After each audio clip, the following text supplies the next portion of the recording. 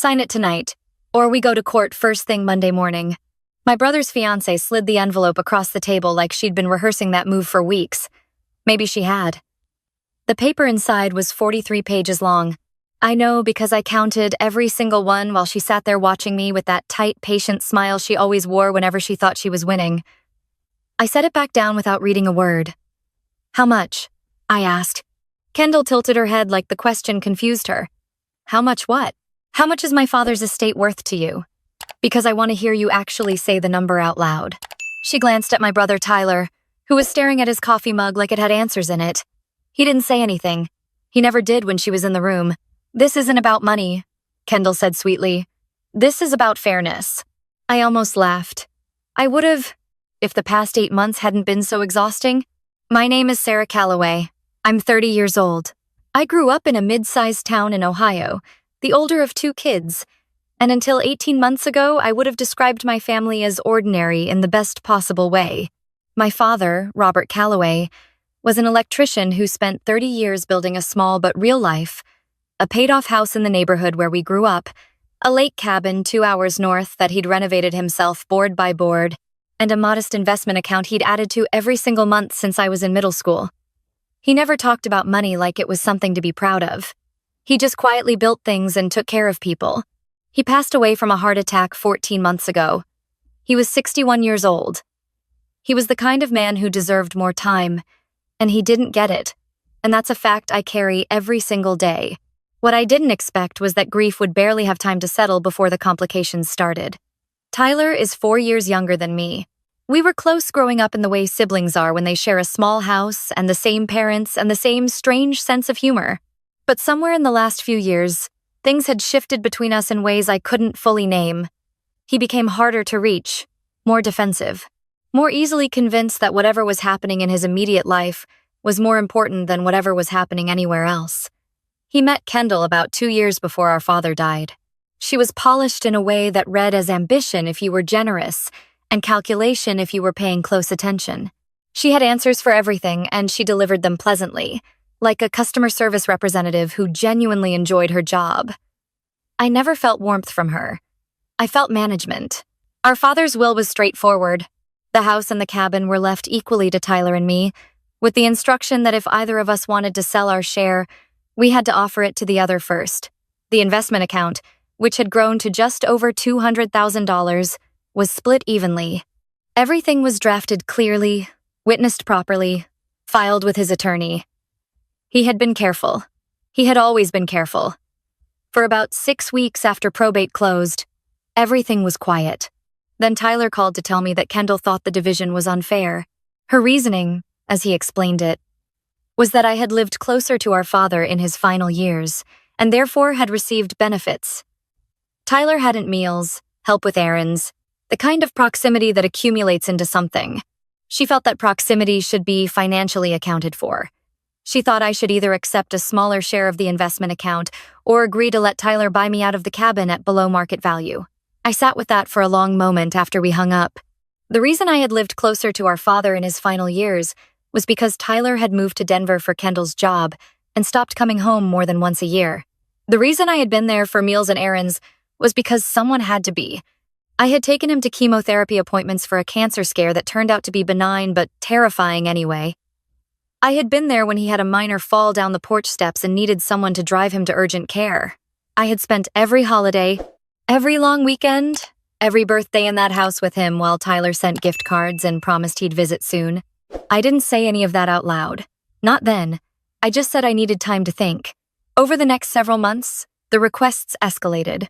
Tyler and Kendall wanted the cabin listed for sale before the estate was fully settled. They wanted full liquidation of the investment account immediately. They wanted me to agree in writing that I would not contest any future claims against the estate. Each request came through Tyler's voice but carried Kendall's fingerprints all over it, precise, patient, always framed as reasonable.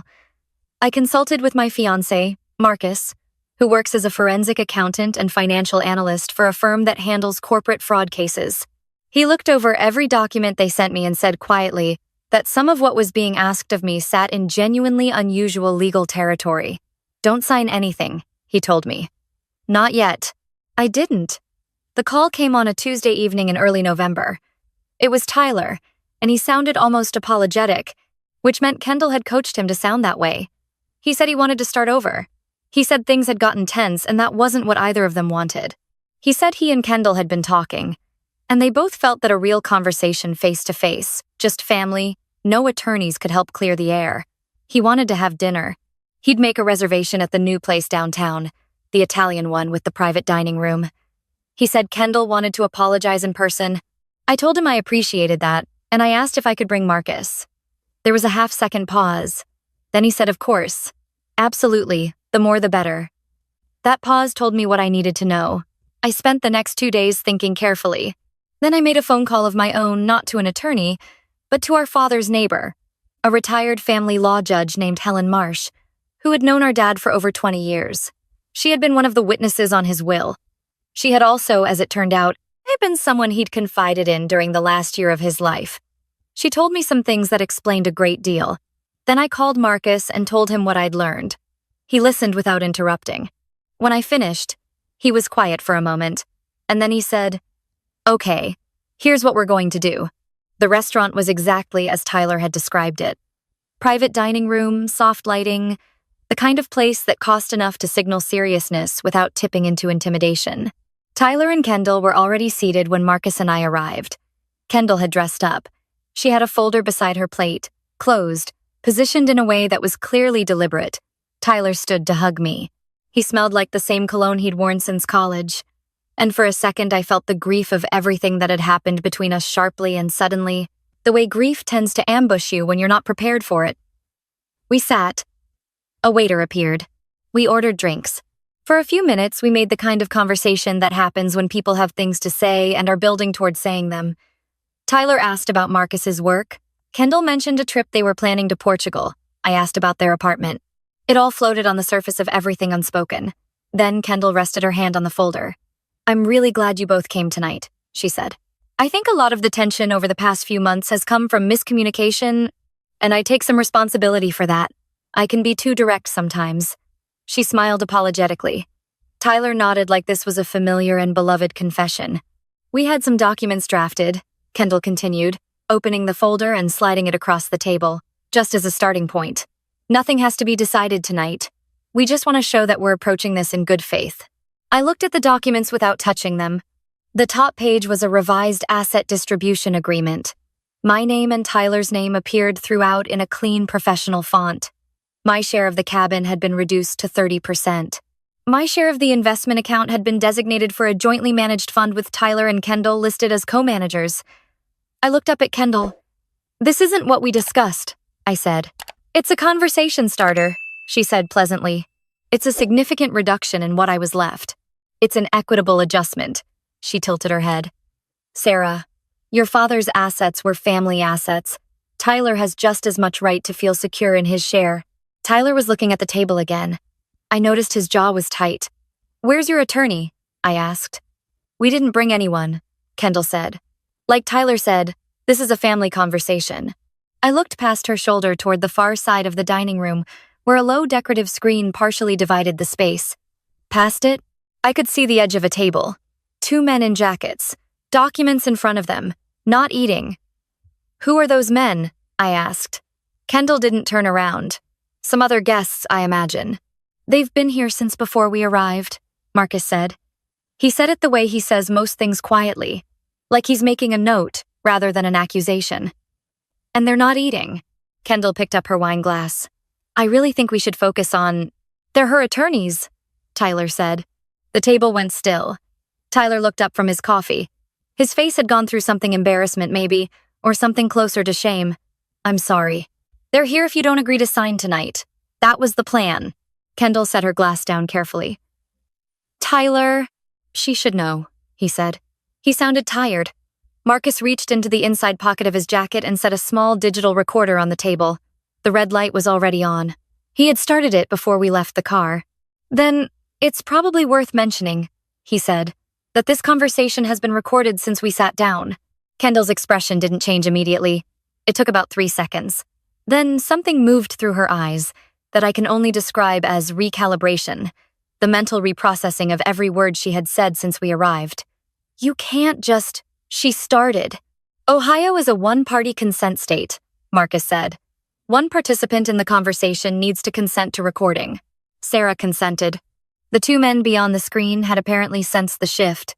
One of them stood and walked over, stopping just at the edge of our table. He introduced himself as an estate attorney.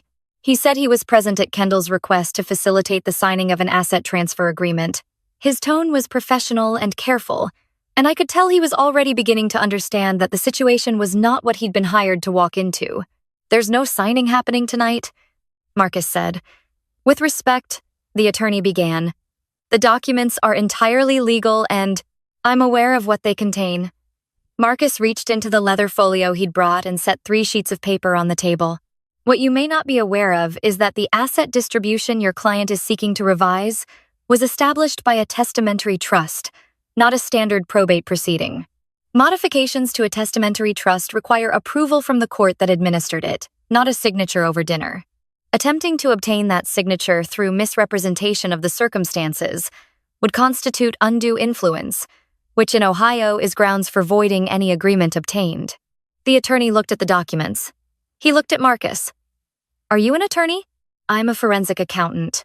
But Sarah's attorney has already been briefed, and she's available by phone if you'd like to verify any of this right now."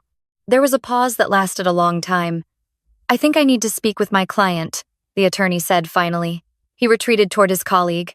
I could see them speaking in low voices. Kendall was watching me. Her expression had tightened into something I hadn't seen from her before. Not the calm management, not the pleasant reasonableness. Something colder and more unguarded. "You came here prepared," she said. "You did too," I said.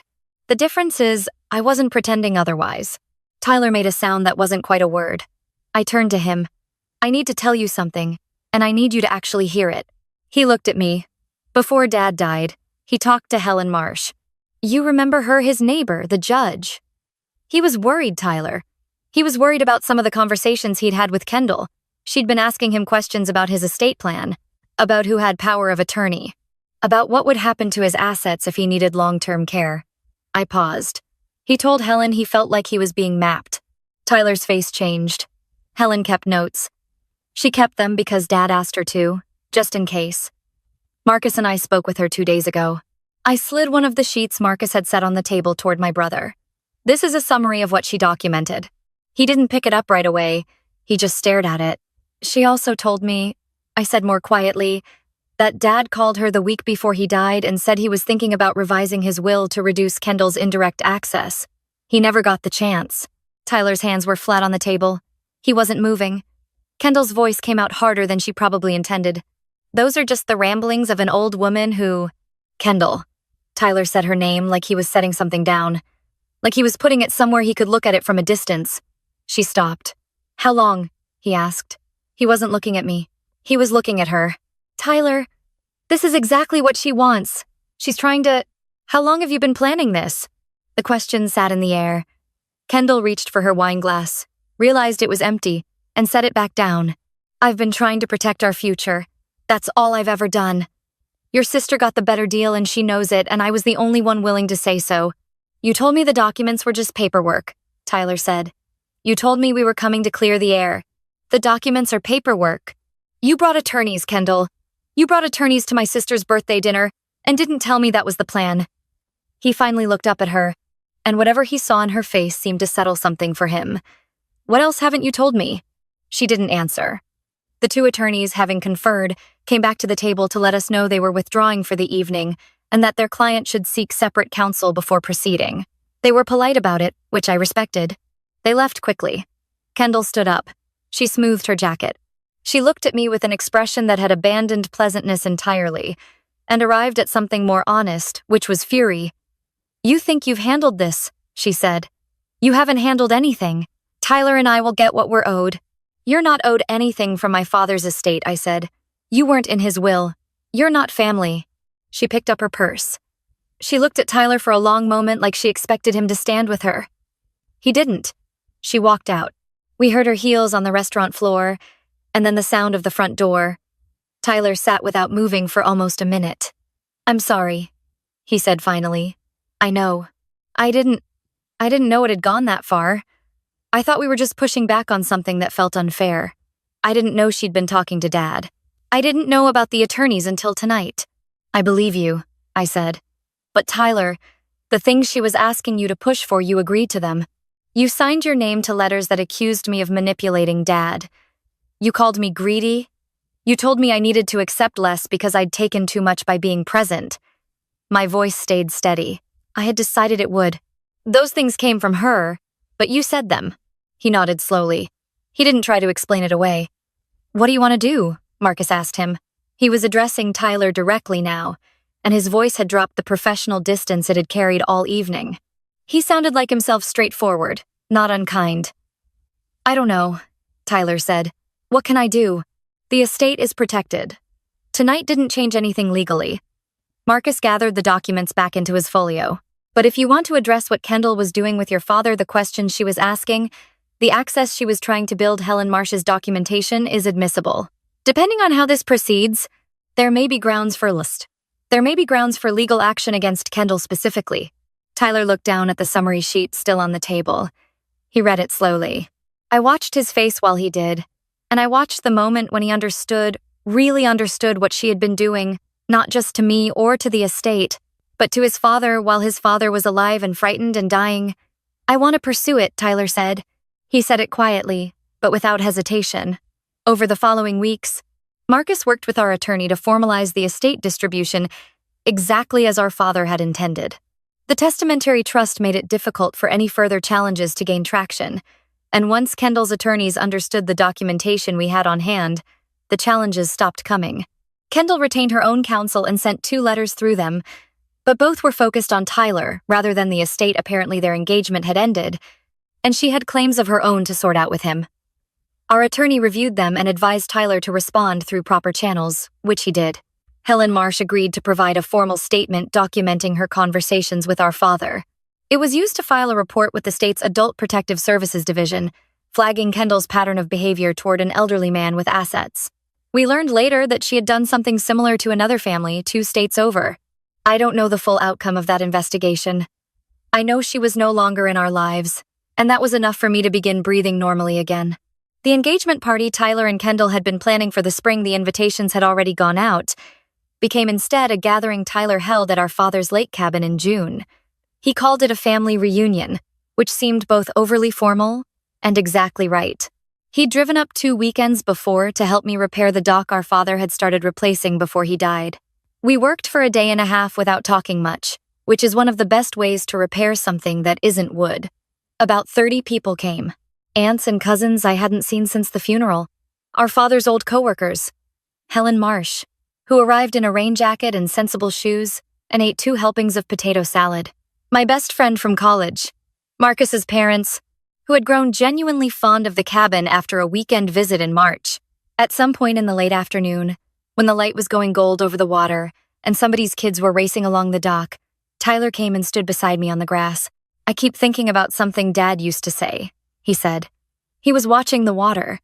He used to say that taking care of a place was the same as taking care of the people it belonged to. He said that a lot, I said. I didn't get it for a long time. He paused. I think I was embarrassed that you got it before I did. I looked at him sideways. Is that why you let her convince you I was being greedy? Because you were embarrassed? He thought about it seriously, which I appreciated. Maybe partly. It's easier to believe someone is taking advantage of you than to believe you weren't paying attention. Yeah, I said. I should have been here more, he said. At the end, I should have come home. I didn't argue with that, because it was true. But I also didn't want to stand here on the dock our father had built and use it against him. You're here now, I said. He nodded. We stood there until the kids came back up the dock toward us, demanding hot dogs, and the moment passed into the ordinary current of the afternoon. Our father's investment account, once the estate was fully settled, was divided exactly as he'd specified. My share I've kept mostly intact, because it feels like something he built slowly and carefully, and it doesn't feel right to spend it quickly. I put a small portion toward a scholarship fund at the community college where he took electrician training when he was 22. Marcus found out about it and helped me set it up. We named it after our father, nothing big. Nothing that draws attention. Just enough to cover tools and books for 2 students a year in the trades program. The first time I saw the name in print on the award letter, I sat in my car in the parking lot for 10 minutes before I could drive home. The cabin is mine and Tyler's equally, and we've agreed to keep it. He came up in September with a woman he'd been seeing since August, quiet and funny, someone who held her own in conversations and asked real questions. I liked her right away. We cooked on the deck. She and Marcus got into a long debate about a television show I'd never seen, and Tyler and I sat back and watched them like they were doing something for our benefit. There is a kind of ordinary happiness that my father believed in as deeply as he believed in anything. Not spectacular, not achieved, just built, a little at a time, with care and attention, until one day you look up and realize how much of it there is. I think about that now in a way I couldn't have before all of this. I think about the difference between protecting something and holding on to it too tightly. About the difference between getting what you're owed and getting what actually matters. I think about the look on Tyler's face when he read those notes and understood what had been happening right in front of him, and how quickly he said, I want to pursue it not for money, not for the estate, but because it was the right thing to do. I had been afraid, going into that dinner, that he would choose her. That whatever she'd built in him over 2 years was too solid to come apart in one evening. I was wrong. And being wrong about that is one of the better things that has happened to me in a long time. The lake is very still at night this time of year. You can hear the water and the woods and nothing much else. My father loved it for exactly that reason. He used to sit on the dock with no lights on and just listen. And when I asked him once what he was listening for, he said he wasn't listening for anything in particular. He just liked knowing everything was there. I understand that now too.